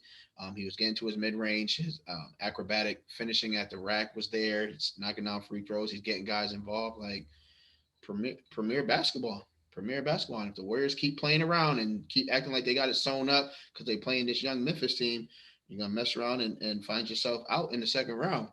Like I said, that they are getting confidence. And I feel like they should be on the court with people. I think people are forgetting that Memphis is the higher seed. Yeah. Because it's like people keep doing the thing where it's like, oh, you're playing the Warriors. Good point. Like, like they're lucky that they're hanging with the Warriors. But it's like Memphis is technically the 2 seed. Like, Golden State's the 3 seed for a reason. Good point. Like, they were the better regular season team. And like people always talk about regular season doesn't matter. And I always tell them, I'm like, it absolutely does. Like the games might be whatever, like in the in between. But like, all this stuff matters because like, the chemistry on the Grizzlies is crazy. It is. Dylan Brooks, like, winds up injuring Gary Payton the second. Yep. He winds up getting ejected for that. So like they did all that. Like Gary Payton gets hurt, who's been the primarily defender of Ja Morant. Yep. And then Dylan Brooks with his spacing and stuff like that is gone. And like we kind of seen like how crazy like that went on him. Right. If you're asking me, I think Golden State pulls out this next game. But I feel like it's going to be a 7-game series. This tonight's game is in Golden State. It is, yes. And I believe it's on right now. Yes, it's probably like second quarter right now. Do you want me to check the score? No. Do you have a take? Do you want me to check it? Yes, check it, please. Miami and Philly. Yep. Joel Embiid came back. With the mask on. I am Batman. I am Joel. But like, did you see what he actually wrote in the post? No. He's like, no one cared about me until I put on the mask. Oh, he did. And then like, I guess Batman is a troll. I love it. So then call it. So Bleacher Report posts the picture of his post, and then has the picture of him holding the mask like on the side. It's a really, really dope picture. And then Joel Embiid underneath comments, and he's like, "You merely adopted the dark. I was born in it." He did. And I was like, I'll watch The Dark Knight right now. Don't play with me, because like I love that movie with a passion. Oh my goodness! Yeah, listen. If there was any definition of what an MVP caliber player looks like, the difference in what the Sixers look like in the first 2 games to how they looked in this 3rd game is a perfect representation of that. It was a 20 burger they put on him, right? Yes. It was the worst loss of the playoffs so far. Yes. Like, but everybody, it's almost like if you about to get jumped, it's like 2 of you, but it's like 4 kids, and you like, man, I don't know how this is gonna go. And then big bro come walking around the corner, you be like, you know what? I think we got this. You know what I mean? So it was just like it was really crazy just to see the transition of the Sixers having Joel Embiid back. You mean a James Harden led Sixers versus a Joel Embiid led Sixers? Yes. Yeah. Straight like that. Big difference. Straight like that. Straight like that. This man's got a torn ligament in his thumb. He's got a busted orbital bone. And he got hit in the face during the game. He did. He got hit in the face. Where he had to take the mask off at one point. There was another point where it was like sticking to his face. The condensation was bothering him. They had to spray it. There was another moment where he got an and he took it off. Somebody threw him a towel and he had to wipe his face and the mask down. Like we only see him wearing the mask, but there's a lot that comes with that. Like even having something like over your face changes the way you see things, knowing that you have that on your face. So it's like there's been a lot of people that have been coming out because like for most athletes, like that's a pretty common injury, like the broken orbital bone. Right. They talk about like how hard it is to just see. Right. They're like, like you just constantly feel like something's stuck on your eye. And he's like, at any time that you look to your peripheral, they say it's such a pain where it's like almost like a throbbing migraine. So where like as soon as you do it, you have to close your eyes. And this man is playing like effective MVP basketball with it. Like that's crazy. The only person I know that has mastered the mask is your boy. Who's my boy? Rip Hamilton. I know you wanted me to say it. I was gonna say. I thought you were gonna say LeBron because like carbon fiber LeBron was one of my favorite LeBrons. That brother was the man in the iron mask, or like MF Doom. He should have never took it off. But hey, might have been in the playoffs. That boy Rip Hamilton, man. Like let me say that boy was different. Yeah, he was different. So yeah, I'm anxious to see what the next Philly Miami game looks like. I feel like they're gonna tie the series up. Is this the least exciting series of the playoffs right now, like in the second round? Yeah, because there was no Joel Embiid. It's exciting now. Or would it be the Phoenix one? Nah, because I like Luka. Luka's making it interesting, man. They just won the last game. Luka stayed talking spicy when he's hitting threes or getting and ones. He's putting people in the blender. like get behind me. I'm about to hit you with this little move right quick. Up fake, step through, layup and one. Like I'm enjoying the Sun series, but it's also because I'm biased because I really want to see CP3 get to the finals for another chance at a ring. Did you just cover the whole series before, like with no segue? You just kind of covered like that whole thing. Boom. Because I was looking to say like I don't disagree with much of that. Like I think like the last game, like the Mavericks won, but it was kind of like the Suns lost, not the Mavericks won. Right, I still kind of feel like it's a done deal. Right. Yeah, definitely. All right, well, we can get on over into the home cooking. Let's get it. I'm coming home again. Do you think about me now and then? Do you think about me now and then? Cause I'm coming home again. It's time for some home cooking. We'll be nasty and no poison. All right, so I don't have a superintendent update. I don't think she wants any updates on that either. We do know that she pled not guilty to the charges, so of course the trial has to start. Did you want to talk about other school related Nope. The things that coming up? Nope. Okay. Not at all. I was just asking. Not even a little bit. I was just asking. The Bondi's Island. Okay. No update yet. I drove by it today and I was like, Raisin was saying that they're actually closing the state down. And everybody was like, are you for real? I was like, yeah, should be listening to the pod. You guys will. Come on now. Get him. So there is a Nathan Bill update. Okay. So I didn't know that there was an officer a minority officer involved in this situation who got tried separately than the other officers. Is this a female officer? No, it's a male. His name is Jose Diaz. Oh, man. And he's getting charged. A lot of Diaz's in the news, local news. This brother's tripping, man. I'm staying away from it. Man. So they were saying that he tried to fabricate like the police reports and stuff like that and lie about the situation. I don't know if it's tied to anything from before, but it's looking like they're trying to give him harsher penalties than the other officers who all received suspended jail sentences with time served, and they're going to be like on probation, and they haven't yet made a decision if they're going to be reinstated or not. Okay. 2 of the officers have already been reinstated and have been found not guilty.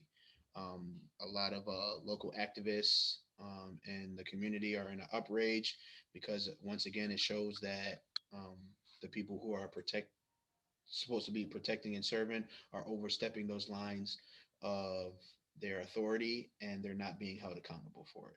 Which it sucks to have to say this, but it's not surprising. It's continues to be the same story. It's the reality. It's like watching a movie that you didn't enjoy over and over again every school year.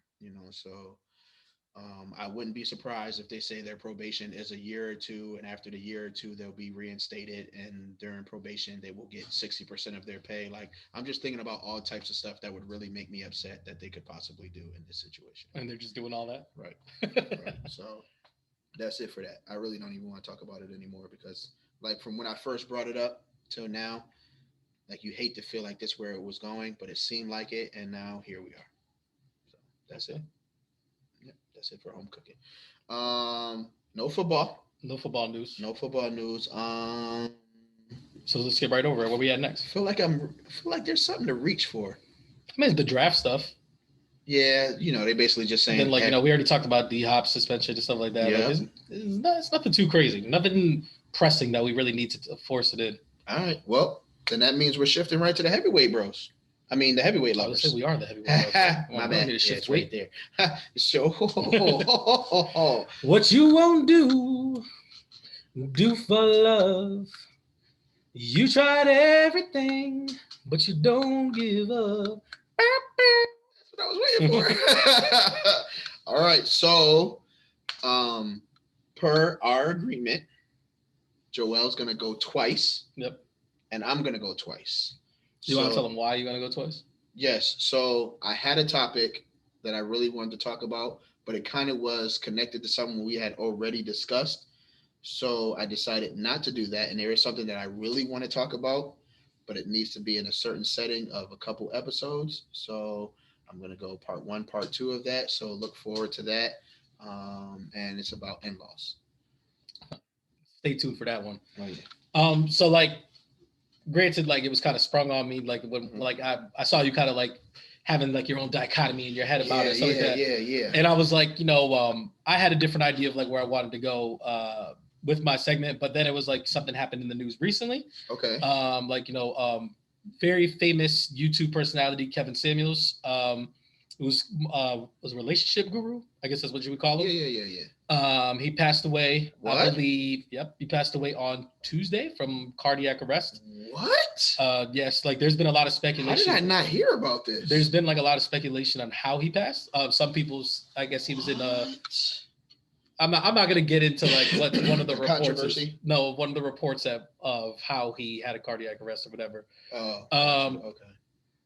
The internet has not been kind. I will say that. Like, I will let you know. Like, we can't do that. I've seen quite a bit of disgusting people talking about him, and it's like I know he was a very divisive figure, a very controversial figure because, like, there's way more terrible people that are still alive right now that you won't say nothing to.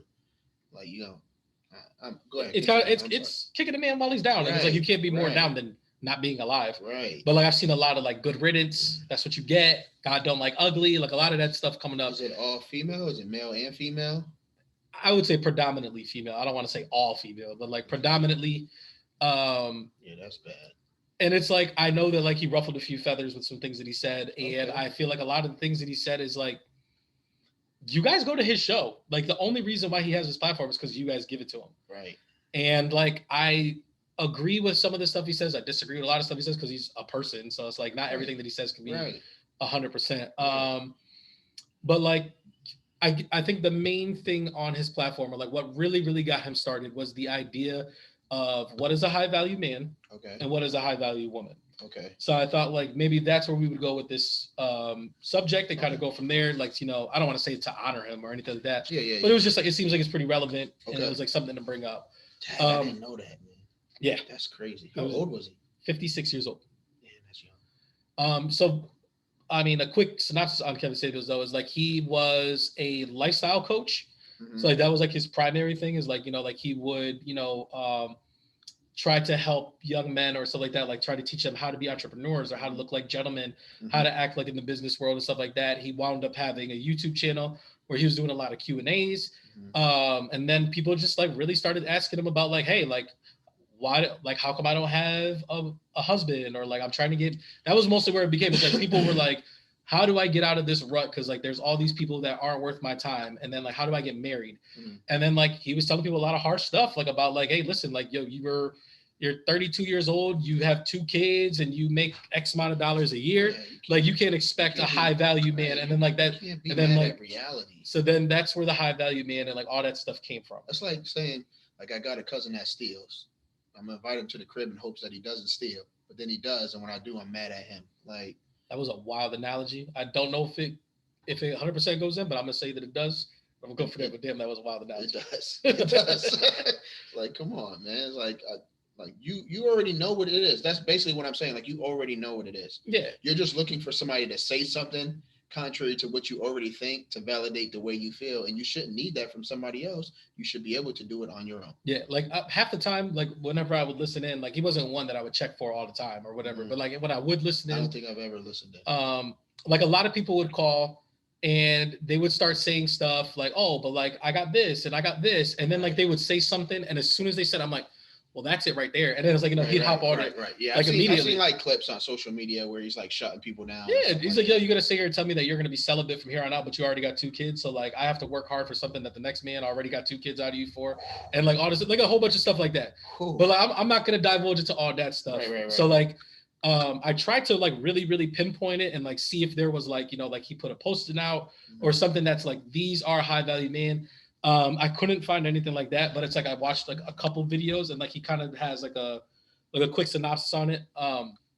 So his like overarching view of it is like, as a man and to be a high value man, you have to not only serve your group or like your people that you hang out with, you serve your community, and like you are useful. And one of those things that you are useful is you make $10,000 a year. Okay.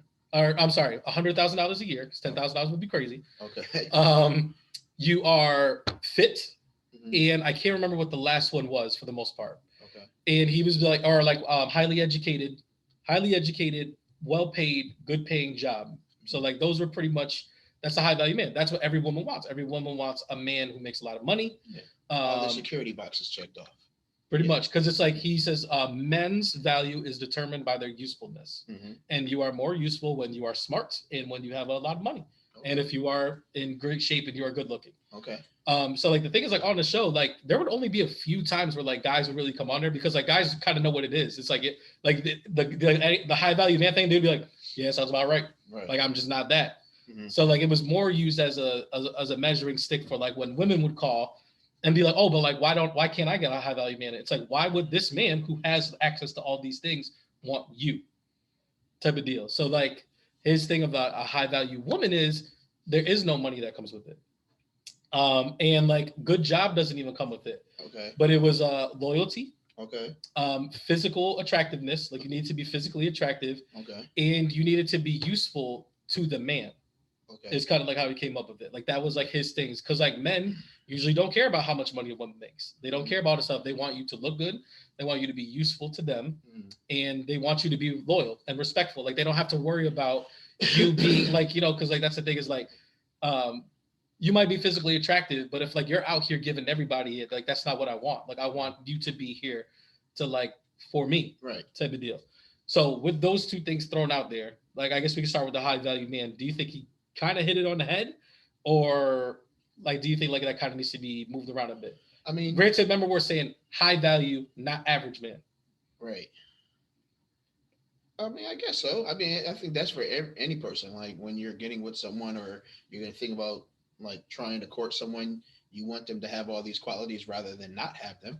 So I get it, but that doesn't mean that that's the definition of a high quality man. High value man. High value. Okay. Okay. So there you go. The wording. All right. So high value, I would say yes. Okay. Because like I think not a lot of men have had many backlashes or back and forth with him about like disagreements on it. Right. But like some people be like, oh, I don't make 100,000, but I make 80, and he's just like, okay, like. You're close, but you're just not there. Or like maybe you're very physically attractive. You're all these things. He's like, you don't have to check all of the boxes, or like, you can be 100 in one box and 80 in another box or whatever. Right. But it's just like for most women to get there. For most women, that is their idea of a high value man. Obviously, the other stuff comes after. Like, are you nice? Are you kind? Like, do you do all these things? Like all that stuff comes after. If you're looking at it and it's like if you're just had their resume, you had these things on it, you're getting a second interview for the most part.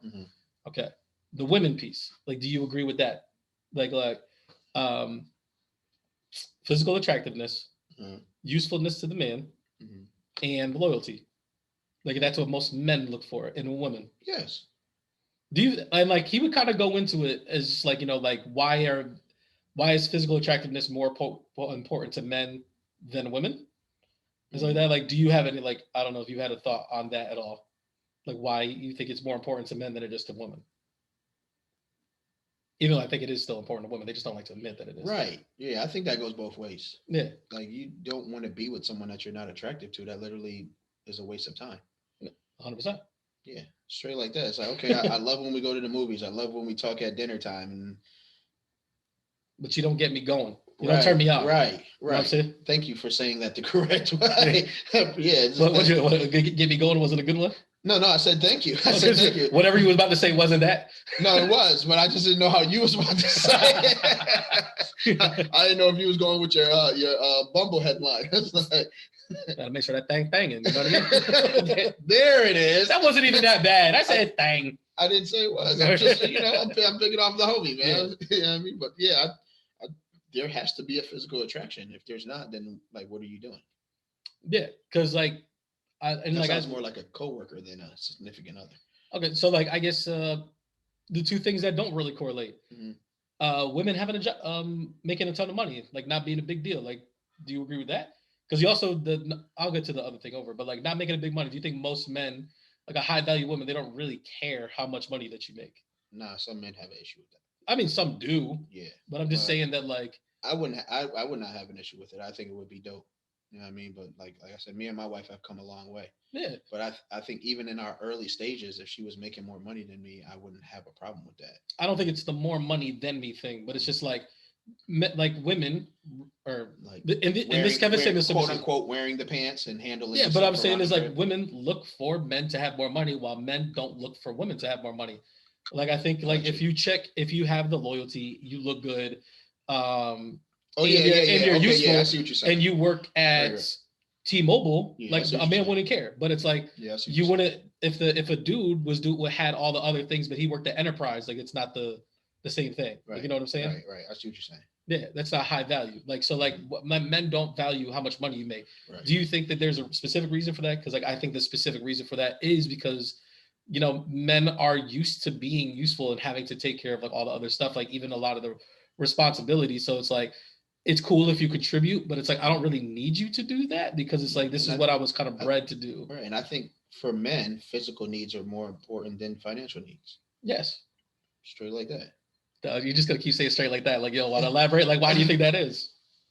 Because that's what comes with a man. You know what I mean? It's just like because at some point, like you said, like if you're not taking care of me financially, then at some point I have to figure it out as a man to make sure that I can do it for myself. You know what I'm saying? That's just the way boys are raised. Like you know how to take care of yourself. All right. So I shouldn't be looking for a woman to take care of me, but when I want to be satisfied emotionally, physically, like I'm going to you for that. This is where we meet each other. If I'm making sense, you know what I mean? So just like you could give me all the money in the world, but like if the physical attraction is not there, then this relationship's not going to work. But you could give me no money, not have a good job, and not like we are struggling, but I still have a physical attraction to you. I could still find myself being with you. You know what I'm saying? Like we see people who are together that aren't doing well, but because there's that attraction between them, they're making it work. You know what I'm saying? So it's like it is important. So. Yeah, I just I feel like that was always like the basis of what he was trying to say, and then obviously people twist it into their own narrative to like add certain things. So based on the videos I've watched, I feel like people just came to him to see if they can win an argument against Kevin Samuels, not to actually learn anything, or not. There are some people, yes, but the majority of the people didn't come there to learn something or to actually get advice. They came there to see if they can beat him. Yeah, and like they obviously don't like when he shuts them down. Right. Like whenever he's just like or like he's like don't talk over me and stuff like that. It's like you're on his show. Right. Click. Yeah, I've seen that a couple times. Yeah, he's like, what? That's enough. That's all right. And then like one of the things that he does too is he goes, "How attractive do you think you are? You can't say 7." He's like 7 is always a safe answer because everybody would be like, "Oh, I'm a 7," because it's like you're not too hot and you're not too ugly. Right. So it's like to find out what number you are is like how attractive you really think that you are. I think I seen one of the videos and the girl's like, "I'm like a 9," and he was just like, "No." Right. He's just like, right. It's like I understand your confidence and you want to say that you're a 9. He's like, "Oh, I can see why you're not ready because you're delusional because you think that you're this." And it's just like, is it harsh? and there's all this other stuff, but it's like, yes, Snap back to reality. Well, there goes gravity. And it's like, you probably do have a bunch of yes men in your corner and stuff like that, or like people that are just trying to smash you. Facts. And they're telling you, they're gassing you up, saying that you're all this, but it's like, I'm not trying to smash you because I am a high value man. Like, I'm letting you know like how attractive you really are. Mm-hmm. And then like, of course, they come up to him, they're like, oh, like you talk like, they come at his sexuality. They're like, oh, that's why you look like this and da, da, da. Mm-hmm. And it's just like, all you're doing is being petty, and you're kind of proving me right, because it's like your ugliness shows on the inside and outside. Whenever you get ugly and start acting aggressive, it's usually because somebody will hit you with some facts that upset you, or you don't have a rebuttal to something you don't agree with. Yeah. And it's like, there's obviously like a section of the internet, like predominantly men, who tuned in not to get the advice like that, but they just wanted to see women get dunked on because they feel like that's what women, like they're like, oh, that's what they get. Like, yeah, somebody give it to him because I can't tell it to him. I'm not as articulate as him and stuff like that. And like, granted, like that drove the rise of his popularity. But I think if you really asked him at the time, he's like, that's cool and all that, like that I'm popular and like all this other stuff. But he's just like, I wish that these idiots weren't the voice boxes for my stuff or whatever. Right. And it's like, it's unfortunate that they did become the voice box of it, because then like now with his passing, we're seeing like the backlash of it and like the ugliness of it. Which is terrible. Because at the end of the day, you're like, only embarrassing yourself when you do that. At the end of the day, a man lost his life. Right. And it's just like, he wasn't beating people. He wasn't like, sex trafficking. He wasn't doing anything. Right. He was really just talking. And it's like not being super duper rude. Like he's just like, he's giving you the same energy that you give him. Right. And it's like, at the end of the day, if you didn't want to get dunked on, don't come on his show and don't come unprepared. Right. Man, that's super petty. Right. But like, I did kind of like want to make this like a little brief. Like, I didn't really want to get too in depth. No, like, because I mean, obviously you're a married man, so I'm not gonna ask you what do you think a high value woman is. You'd be like, my wife. Basically. So it's like we don't gotta waste time. Straight like that. like honest stuff like that. And like for the most part, like I kind of agree with Kevin Samuel's like blanket definition, because like obviously. But I could also say like the reason I stayed with my wife was because of those qualities. She was attractive. She was useful, and like she was loyal. Yes. There you go. Yeah. And that's the thing, is like people try to add in like a bunch of stuff like, well, like I'm funny and like I'm this, and it's like, that's okay. Personality is obviously something that's very different, because like obviously I want something that's someone that's can keep up with me humor wise. I want someone who's into the same things that I'm into, but that's not a blanket statement. Like this is a high value woman. It's like obviously the other stuff underneath is different for everybody else, but it's like for the most part. And it's like, you got to say for the most part, because there's going to be those who's like, well, I don't care how attractive she is. If she could make me laugh. And it's like, all right, bro, like that's cool for you. For the most part, this is kind of like what it is. Right. And I don't think that was too crazy. If anything, if you're going off the standards that he set, he's really giving the women more credit than the man.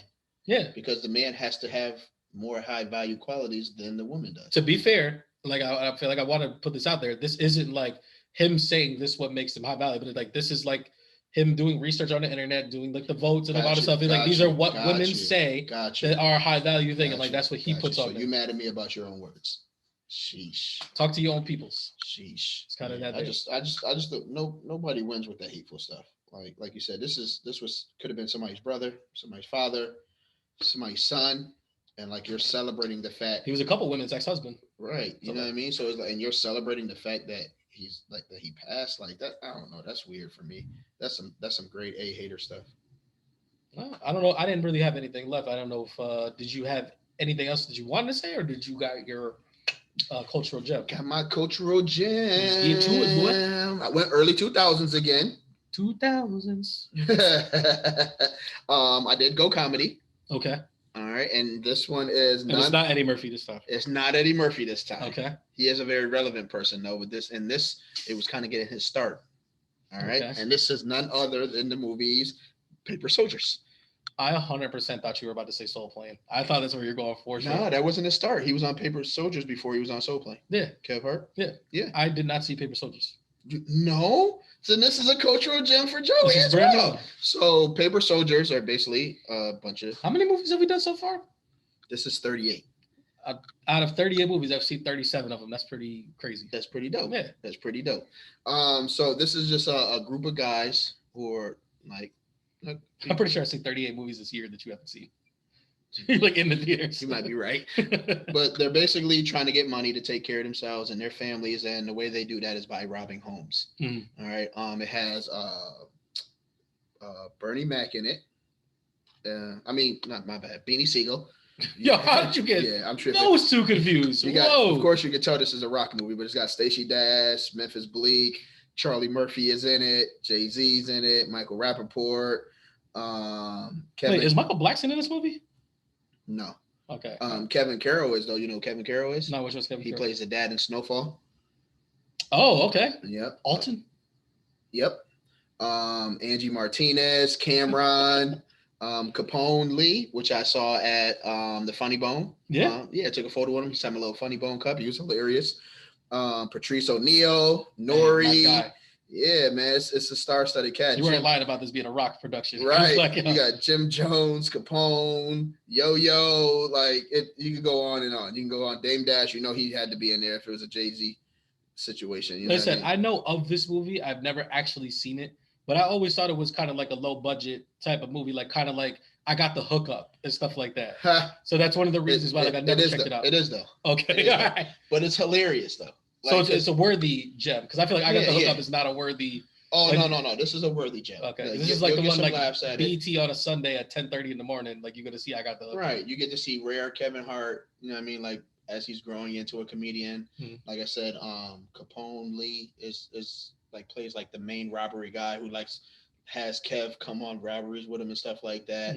Beanie Siegel is in it. Like it's a good movie. This is on the level of like a 3 Strikes.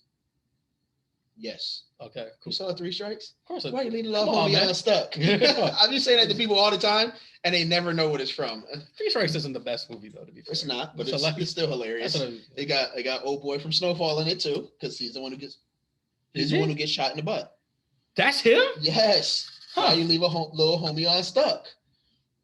I would have never, if you would have never said that, I would have never pictured his face. I think I would have thought it was a DJ Quick when he was like red. Like I would have just pictured like red type character. That's definitely old boy from Snowfall. Wow, damn. Yeah. I've seen Alton did more things than I thought I did. No, not Alton. The one who spiked the wedding with LSD. Oh, Scully. Scully, yes. Yeah, okay, gotcha. Stacy. There you go, Stacy. There you go. But yeah, so it's a good movie. It came out in 2002. Like I said, it is like more low budget because it was shot by a bunch of rappers. Is it on the Cookout level? I would watch this over the Cookout. Okay, all right. I would watch this twice over the Cookout. Back to back? Yes. They're like, yeah, you can either watch the Cookout once or watch this movie back to back. You like Paper Soldiers it is. Right. No phone. No. Huh? You can't like have it on and be on your phone. No phone. You got to watch the movie. Oh no, I'm not watching the Cookout ever again. Ever again. This so low budget Nick Cannon movie. Like it's like the Walmart Nick Cannon. I don't even know who dude is. But he was like the Walmart Nick Cannon. Like there was a couple movies that he was in at that time. But he had like a little Jerry curl going and all that. I'm all set, man. But yeah, as usual, we let you know which streaming services you can watch it on. So you can watch it on Tubi. Okay. It is on Amazon Prime. Okay. YouTube for $4, Google Play for $4, and of course, it's on that Voodoo. Yo, Voodoo. Fandango. I want to know who's getting paid from Voodoo because they just like, what'd you say you had? Dogs walking other dogs? We'll take it. We'll take it. It's like the other day I was on my Roku TV and I was like looking for a specific thing and I went and I saw Voodoo and I was like, I have Voodoo on here the whole time. I was like, I should probably see what it's like to make an account. I didn't. You might mess around, have everything on there. Be like, yo, you watching the game? Oh snap! Like, I watched the game an hour ago when it streamed live. Like for $4. Right, on Voodoo. Everything's $4. Right. But yeah, so it's a classic. Definitely a good watch. Like I said, 2002, so it's 20 years old. Yeah. So you got to think about Kev Hart 20 years ago. Yeah. I mean, nobody knew who this guy was. I mean, I won't say nobody. Pre-Soul Plane, bro. Yeah, pre-Soul Plane. So definitely one to check in on. Okay. All right. I would say we won't go Raisinette because it was going to be a nasty nugget day. Man, you got no Raisinette? No, because it was supposed to be a nasty nugget day, and you held me down on a heavyweight lover, so it wasn't really a Raisinette day. I'm gonna make you feel real bad because I got a nasty nugget. Go ahead. Tomorrow is May 5th. Tomorrow is May 8th, which is Mother's Day. Yes. So like we are not gonna make like a big spectacle on it, and it's like but like mothers are very important, and it's like it's nice to show them some love and show them some shine. I mean, obviously everybody's gonna do the thing where like they buy them a gift, they take them out to eat, stuff like that. But like what I'm saying is like really take a moment and take stock of like all the things that your parents have really, really done for you. We have people out here that have terrible mothers, have no parents, people who have terrible fathers, stuff like that. But it's like what it really is take the moment, take some time, and take stock of like your real true support system. Mm-hmm. We were talking about the Atlanta episode where it's like it's very easy, especially as you get older and your ideologies change and like your differences change, your viewpoints change, to butt heads with those people but like some of them, I would say most of them have your best interests at heart.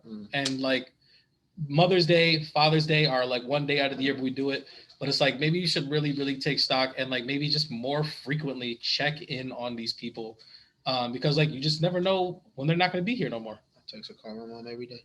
We going out to brunch tomorrow. Every day? Mm-hmm. I'm trying to think if there's anybody. There's one person. Except for them days where she might be mad at me, I give her a little bit of space. And then when she hits me up, I'll be like, yes. When she hits me up, I'm like, okay, she's not mad at me no more. I was like, damn, do I text anybody in or like talk to anybody every day? And I was like, there's one person I talk to every day. And I was like, but like, I feel like every time, like, I'm like, oh yeah, I got to make sure I call my grandma. I was like, I need to talk to her way more than I do. For me, I just came to the realization, not just came to realization, but like at one point, like, you know, I tell you, I take inventory sometimes. And one of those days I was like, man, as a young kid, I really put my mom through hell. Yeah. So I think now that I am not, I need to like at least show her how grateful I am for sticking it through when she didn't really have to. I mean, she kind of did have to. I mean, once I get to an age where I start smelling myself and thinking I'm the man and I can handle stuff, she could have really just let go and just be like, all right, figure it out, which is what some parents do. And then kids end up lost, or maybe some of them do figure it out, but through it all, she, you know what I mean? She never turned her back on me. I think what I really wanted to say, and I kind of like lost it like as I was going, I think some of us really need to take a step back, really look at it and realize for the most part, our parents are trying to figure it out the same way that we're trying to figure out. And a lot of our parents were kids having kids. Yes. So like mistakes were made. They thought that they were in the right path. And then like, if you really look at it, some of them didn't have the best support system. So it's like, they're really working from the ground up, trying to figure out how to survive and how to make you the best human being. And it's like, you got to give them like the kudos sometimes. It's like, wow, like I can't believe like I am where I am. Thinking about like where you came from and what you went through, like it's kind of crazy. Like one day you made it, and that the fact that you made me and like I'm at where I'm at, like it's just like you got to really like, you know, take stock of it. Right. But like, yo, where's all the love for the fathers for real though? Like we got Father's Day and like that's it. Like that's it. Some socks. That's what's gonna happen. Socks or tie. Socks or ties. I don't wear neither of them. Cologne or underwear. You know I don't wear no drawers around the house, so you know better than that. But like we've talked about gift giving on this like way too many times. Yo, you said that like it came from someone that traumatized your life or something. Like, I'm about to go in the bathroom. You know I'm walking around with no drawers on. Yo, it's funny though, because like we I don't know how this came up, but like we're just talking about like in my household, like you would think like just house full of athletes and stuff like that, but like not very comfortable with nudity for the most part. Like I don't know if it was because like my mother was the only woman in the house and it was like out of respect for her, like, but like we always beater or shirt, shorts, underwear, like all that stuff. Like we didn't do the whole walking around with no shirt on, like no drawers, all that stuff like that. Like we were very like even in like when we go to gym class, like everybody would take showers. Like we weren't the type of like cats to do that type of stuff. We're like, oh man, like nudity was like, I don't want to say it was a weird thing, but it was kind of like a taboo thing. Right. But it was just like, I wonder now if I think about it, like if that was a thing, like my mom instilled in us, or if that was just like, hey man, I'm not gonna be like, cool, walk around here all Ball Johnson because like, you know, you got to walk around this house too. Right. Yeah, no, I was all set. But you only got one brother, right? No. How many brothers you got? 3. You lived with all 3 of your brothers? No. Okay, all right. As for just me, I was the only child. Okay, so that's kind of like just me and my mom. All right, because that's what I was getting at. Because I was like, you didn't even live with like a bunch of dudes in your house. Granted, as you got older, I'm sure a bunch of dudes in that house. I still lived with a bunch of people in my life. Okay, gotcha. You know what I mean? It's like cousins would, like we all lived in the same house, like, or we would spend a night at each other's house. It was never like only child, I'm in the crib by myself. There was always someone at our house. But that's the way my family was. It was family reunion, help each other out, help people get on their feet. You know what I mean? So that's the way we grew up. Okay. Did you have anything that you want to say? Any closing statements? No, I think you did. You ended it well with the Mother's Day thing. I'm glad you did that. All right. I'm glad you did that. Shout outs to all the mothers out there. Not only show your love tomorrow, make sure you send, your messages out to like your sisters or cousins who are also mothers, your friends who are mothers, your grandmothers, your aunties, just show the love, spread it out there, and make sure you keep that same energy when it's Father's Day. I called a radio station one time because like they had a question out there. They were like, yo, is there any good Father's Day songs? And like there was like not really any. And like it's my Uncle Charles, y'all. I actually called and I got through. Mhm. Do you want to know what song I said? What? Will Smith's Just the Two of Us. It's like the best Father's Day song, but it's like it's not even I love my father, but it's like a father just being a good dad. Or you can go Luther, Dance with My Father again. I thought about that one too, but I was like, I gotta get Will Smith in here somehow. Luther gets enough love as it is. Dance with my father again. That wasn't a good like hitting the notes and stuff like that, but like just the melody of it, I was like, damn, I'm about to cry because that video was like video was rough to get through. Man. Yeah. All right. Well, that's 46 wrapped up. 46. Hey. I almost hit this. That's out of this webcam. We can get out of here before you break All something. right, see y'all on Tuesday, yo.